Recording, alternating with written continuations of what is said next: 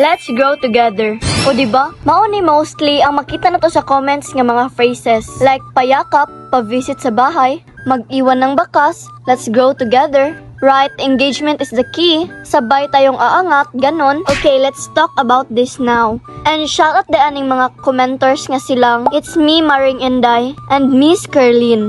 Sa true lang, very positive gigay ni nga mindset. Kaning, permi nila i-comment nga, let's grow together. Diba? Very tulungan kaayo. So yeah, let's grow together. Mananong na ta, char. Bitaw, unta mo apil pud og grow ang atong mga bank account, no?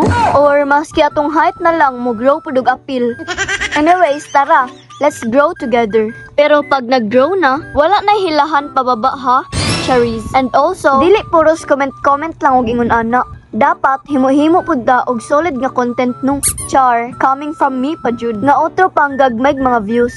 Anyways, just like any other business, we need to grow man jud. Mag-hustle hard, pero di lang jud kaayo ta magdali. Kalma ra gid ta. Anyways, wala man jud nooy shortcut sa success pud, di ba? So yeah, let's grow together. Pero with hard work and consistency lang pud.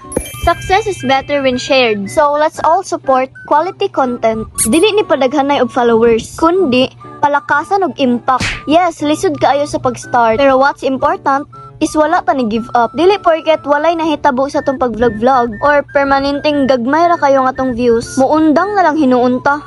Ang tinuod nga growth is kung nag-improve ang inyong mga gipangbuhat. Still growth gyapon na siya. Basta always remember, quality content ang key. And also, consistency and originality. Unlike ani ako mga random post diri nga kargado kayog mga throwback. Mahibong na lang ka, karon mura kog teenager, then inig kaugma ang naka-upload na pod is katong pangagpa ko 5 years ago. So don't mind my random content talang jud diri. Kay busy pa man gud sa edukasyon ng inyong auntie. Graduating na bi ako karon jay. Okay, sumao na to no. Keep grinding lang jud. Apilig prayers and again, consistency and quality content. Someday ma-shock na lang ka, sikat na day ka. And naanay magpa-picture sa imuha. Makasweldo pa ka. Therefore, mas bintaha na lang jud nga mag-vlogger na ang tanan kaysa magbisyo ang tanan. O, asay mas arangan.